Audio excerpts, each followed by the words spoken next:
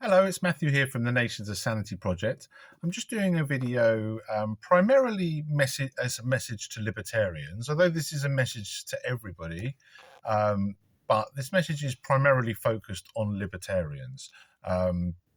For anyone who's not familiar with the Nations of Sanity project, the Nations of Sanity project is built on the assertion that crime, and therefore also law, can and should be defined by the concept of individual self-ownership and established as the terms of a peace agreement. Now, the reason why this video is more focused towards libertarians, although is a message to everybody but libertarians in particular, is because when I'm presenting this idea, this is an idea that I really feel that libertarians should already be advocating for. Although I do think this is an idea that everybody should be on board with, when I'm presenting this idea to kind of regular people, I have to obviously introduce to them the concept of individual self-ownership and explain to them the concept of individual self-ownership, the non-aggression principle, and how we get property rights from this concept and principle. But with a libertarian, that work has already been done. Libertarians already accept the concept of individual self-ownership, the non-aggression principle, and property rights, because that's what libertarianism is. It's based on those principles. So the conversation I would have to have with a regular person, where I have to explain how, the only coherent conceptualization of rights would be one based on individual self-ownership, because how can you have right or ownership over anything if you don't have right and ownership over yourself as an individual? So, there is this logical journey that people need to take to get them to understand individual self-ownership, property rights, and the non-aggression principle, and why this is a objectively identifiable moral truth. But in the case of libertarians, this is a journey that they've already taken. So if you're a libertarian, you should already understand individual self-ownership and the non-aggression principle, which is just a principle from that concept. And you should understand property rights based on individual self-ownership. So property rights come from the first use principles that come from individual self-ownership. If you have right over yourself, then you go and pick up that stick, then that's your stick because you picked it up first. If I picked it up first, then it'd be my stick. If I abandon the stick, then you can pick it up. But if I claim the stick as my property, trade it with somebody else, carve it into something new carve it into a spoon or create something new out of it, or use it as building materials for something else that I'm building. All of these things are just ways to transfer or establish property rights. But it all stems from first use principles, and first use principles stems from individual self-ownership. We have right over ourselves, so whoever goes and stands in that spot first has the right, because no one else has the right to move him. When he went and stood in that spot, he wasn't aggressing against anybody. But if somebody else wanted to move him out of that spot so they could go and stand on that spot, then obviously that would involve aggression. And that's a kind of simplified way of explaining property rights. But as I say, if I'm speaking to a libertarian, I don't need to have any of those conversations because they should already be there. They should already understand individual self-ownership. They should already understand the non-aggression principle, and they should already understand property rights based on this concept and principle. So my question to libertarians is, if you've already made the logical journey this far, why have you stopped there? Why haven't you taken the next step? Because the idea that's presented by the Nations of Sanity project, which is basically that we should establish the non-aggression principle as the law through a peace agreement, because crime and law can only be defined by the concept of individual self-ownership, then, if we accept that moral truth, then the obvious implication for that is the only way to create a truly free society is to establish the non-aggression principle as the law.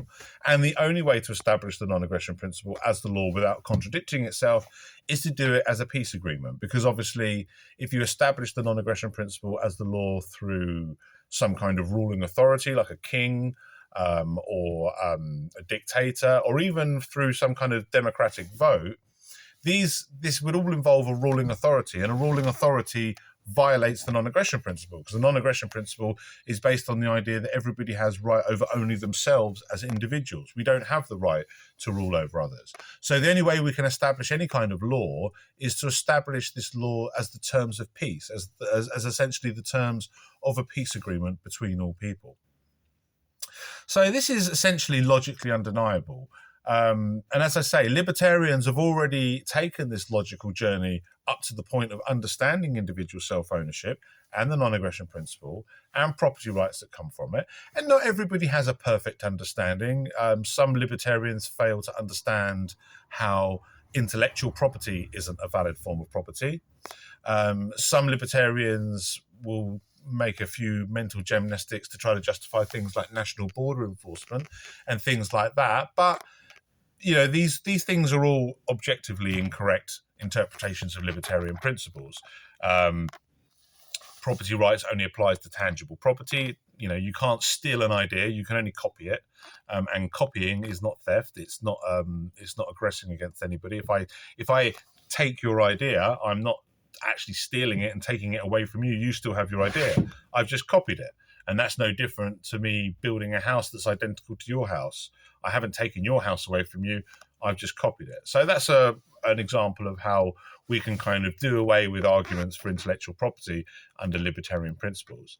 And as I say, this is the case with everything. This is the beauty of going by these principles for defining law, because we don't have to vote on it. We don't need a dictator or a king to tell us what is and isn't a crime, or what should and shouldn't be classed as a crime, and what the law should be. We don't need any of that, because this is all objectively identifiable based on the concept of individual self-ownership. If everybody has right and responsibility over only their own selves, then obviously we don't have right to aggress against others. So murder, rape, assault, theft, slavery are all objectively identifiable as crimes. And while there may be a little bit more thought involved with regards to things like IP and other elements, they are still equally objectively identifiable. They just need a little bit more thought to identify them, but they're still just as objective. Just like 2 + 2 = 4 is nice and easy, but a more complicated sum may require a little bit more thought, or may even require a calculator, but there is still an objectively identifiable correct answer. And that is also true when it comes to deciding what or defining what is and is not a crime under the non-aggression principle. So that's basically it. That's what the Nations of Sanity project is about. It's about the assertion that crime, and therefore also law, can and should be defined by the concept of individual self-ownership and established as the terms of a peace agreement. This is something that I think everybody needs to wake up to. This is how it should already be. It shouldn't need someone like myself to be pushing this idea. This should just be how it is anyway, because this is so undeniable, so objectively identifiable and self-evident that it should already be the case. And I'm asking everybody to open their eyes and think about this proposal and hopefully recognize the moral truth behind it. But in particular, I'm asking libertarians to consider this idea, because from where I'm standing, you should already be advocating for this. If you understand individual self-ownership, if you understand that the non-aggression principle is the only justifiably enforceable standard of law, then you should be advocating for it to be the law. And you should also understand that the only way we can make it the law without contradiction is to establish it as the terms of a peace agreement. So you should be advocating for that, in my opinion. So that's my message to everybody. Please check out the Nations of Sanity project. Please either support or scrutinize this idea that we present, because I think it's an undeniable, self-evident and objective solution that is just the logical progression of understanding that everybody has right over only themselves, that crime and law can be objectively identified by this concept of individual self-ownership. Therefore, we should establish this principle as the law, and the only way we can do that is to establish it through a peace agreement. So it is the terms of peace between all people. Anyway, thank you for listening. And please check out if you want to find out more information about Nations of Sanity project, there's a website, nationsofsanity.com. There's a YouTube channel called Nations of Sanity.